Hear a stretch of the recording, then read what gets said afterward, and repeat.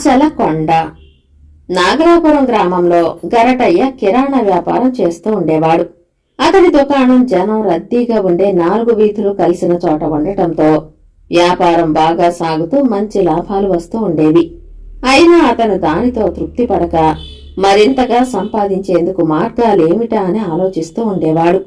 ఒకనాడు గరటయ్య దుకాణంలో కూర్చుని ఉండగా వీధినే పోతూ ఒక కోయవాడు కనిపించాడు. గరటయ్య లోగడ చాలా మంది కోయవాళ్లను చూశాడు. కాని ఇతని వేషధారణ, ధాటీగా నడుస్తున్న తీరు అతన్ని బాగా ఆకర్షించాయి. కొందరు కోయలు మంత్రతంత్రాలతో, చిట్కాలతో నిధులు దొరికేలా చేయగలరని గరటయ్య విని ఉన్నాడు. కోయవాణ్ణి గరటయ్య కేక వేసి పిలిచి అతడు దుకాణం దగ్గరకు రాగానే కూర్చోమని మర్యాద చేసి, అరణ్యాల్లో కొండల్లో బతికే మీ కోయదొరలకు డబ్బుతో అవసరం ఉండదని విన్నాను, ఆ మాట నిజమేనా అని అడిగాడు. ఆ కోయ చిరునవ్వు నవ్వి ఊరుకున్నాడు. గరటయ్య ఎంతో వినయంగా, కోయదొర, నేను చాలీచాలని సంపాదనతో నానా అవస్థలు పడిపోతున్నాను.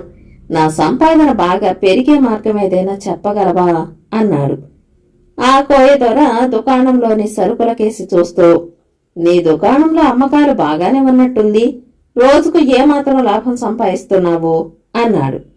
గరటయ్య ఎంతో నీరసంగా, మామూలు రోజుల్లో అయితే 50, అదే పండగలు జాతర సమయాల్లో అయితే 100 వరహాలు అన్నాడు.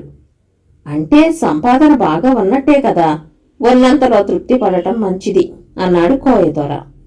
ఏం తృప్తి, నా చిన్నప్పటి నుంచి వ్యాపారం చేస్తున్నాను, ఎదుగు బొదుగు అంటూ లేదు. నాకంటే వెనక వ్యాపారం ప్రారంభించిన వాళ్లు చాలా మంది లక్షాధికారులు, కోటీశ్వర్లు అయ్యారు. మీరు నివసించే కొండ ప్రాంతాలు ఎక్కడైనా నాకు ఇంత నిధి దొరికే ఉపాయం చెప్పకూడదా కోయదొర అన్నాడు గరటయ్య దీనంగా. కోయదొర ఒక క్షణం ఆలోచించి సంచిలో నుంచి ఒక తాటాకు తీసి దాని మీద గంటంతో ఏదో రాసి గరటయ్యకిస్తూ, దీన్ని తీసుకుపోయి అడవిలోని గూడెంలో ఉన్న మా కోయదొరకిస్తే నీకు నిధి చూపిస్తాడు అన్నాడు. గరటయ్య మహదానందంతో తాటాకు తీసుకుని మరుసటి రోజు ఉదయాన్నే బయలుదేరి సాయంకాలానికి కోయగూడెం చేరాడు. అతడిచ్చిన తాటాకు చూసుకుని కోయ పెద్ద గరటయ్యను ఆదరించి ఆ రాత్రి విశ్రాంతి తీసుకుని చీకటితోనే లేచి నిధి దగ్గరకు వెళ్లవచ్చునన్నాడు. ఆ రాత్రి నిధిని గురించిన ఆలోచనలతో గరటయ్యకు కంటి మీద కునుకు లేదు. ఇంకా కొంచెం చీకటిగా ఉండగానే కోయ పెద్ద గరటయ్యను పిలిచి అతన్ని అడవి దాటించి ఒక మైదాన ప్రదేశానికి తీసుకుపోయి 2 తోలు సంచులు ఇచ్చారు. అందులో ఒకదాని నిండుగా మంచినీళ్లున్నాయి, రెండోది ఖాళీ సంచి. గరటయ్య, ఇక్కడి నుంచి అంతా ఎడారి, నువ్వా కనబడుతున్న కాలిబాటను పట్టిపోతే మధ్యాహ్నానికల్లా ఎడారి మధ్య ఉన్న ఒక కొండను చేరుకుంటావు. అదే ఆశల కొండ. ఆ కొండ గుహలో బంగారు నాణేలు కుప్పలుగా ఉంటాయి. వాటిని ఖాళీ తోలు సంచిలో నింపుకో. రెండో సంచిలో ఉన్న నీళ్లు నువ్వెక్కడికి తిరిగొచ్చే వరకు సరిపోతాయి. తిరిగొచ్చాక అరసంచి బంగారం నేను తీసుకుంటాను, మిగిలింది నీకు అన్నాడు కోయ పెద్ద. గరటయ్య సంతోషంగా తల ఊపి ఎండలో ఎడారిన పడి మధ్యాహ్నానికి ఆశల కొండను చేరాడు. అప్పటికి సంచిలో ఉన్న నీళ్లలో సగం అయిపోయాయి. కొండ గుహలో ఉన్న బంగారం చూసి గరటయ్యకు కళ్ళు చెదిరాయి. సంచి నిండా బంగారం నింపుకున్న తర్వాత అతనికి ఒక ఆలోచన వచ్చింది. నీళ్లు పారబోసి ఆ 2వ సంచిలో కూడా బంగారం నింపుకుపోవటం బావుంటుంది. కోయగూడెం చేరే వరకు దాహాన్ని కాస్త అదుపులో పెట్టుకోవచ్చు. గరటయ్య నీళ్లు పారబోసి ఆ సంచిని కూడా బంగారంతో నింపి 2 సంచులను భుజానికి తగిలించుకుని తిరుగు ప్రయాణమయ్యాడు. అతడు కింద కాళ్లు పైన తల కాలుతోండగా ఎండలో కొంత దూరం నడిచేసరికి దాహం వేసింది. 2 సంచుల బరువుతో భుజాలు పీకుతున్నాయి. ఎక్కడైనా మంచినీళ్లు దొరికితే బావుండునని గరటయ్య దిక్కులు చూడసాగాడు. హఠాత్తుగా అతనికి ఆదారినే వస్తూ ఒక మనిషి కనిపించాడు. అతని భుజాన్నుంచి ఒక చిన్న నీళ్ల కుండ వేళ్లాడుతూ ఉంది.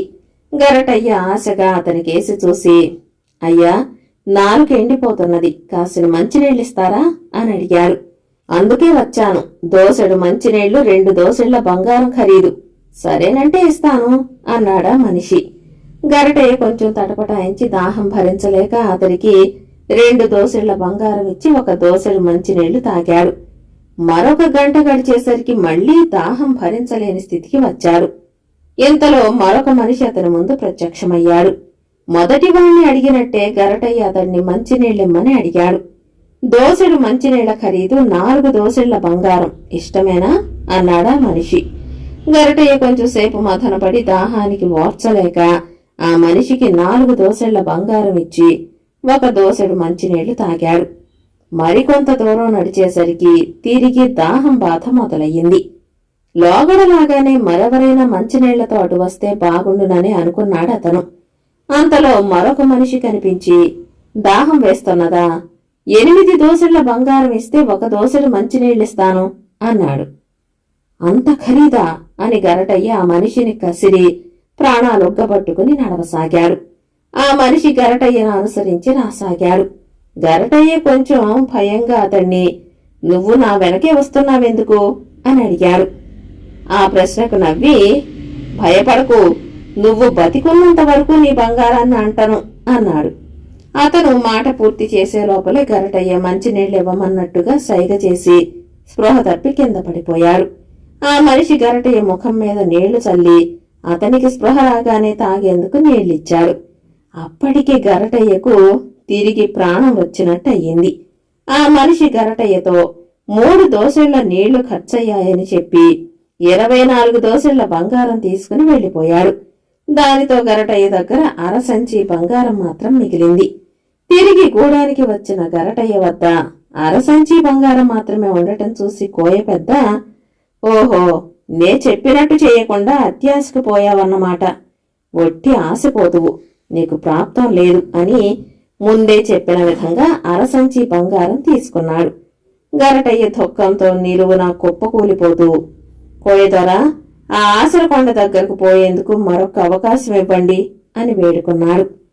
జీవితంలో ఎవరికైనా ఒక్కసారి మాత్రమే ఆ కొండ దగ్గరికి వెళ్లే అవకాశం కలుగుతుంది. మరొకసారి నువ్వు వెళ్లినా ఆ కొండ గుహ మూసుకుపోయి ఉంటుంది అన్నాడు కోయ పెద్ద. గరటయ్య కాళ్ళీడ్చుకుంటూ 2 రోజుల ప్రయాణం తర్వాత ఇల్లు చేరాడు. దొరికిన నిధి పోగా జాతర రోజుల్లో దుకాణం మూయడం వల్ల అతడికి రావలసిన 500 వరహాల లాభం కూడా పోయింది. కథ సమాప్తం.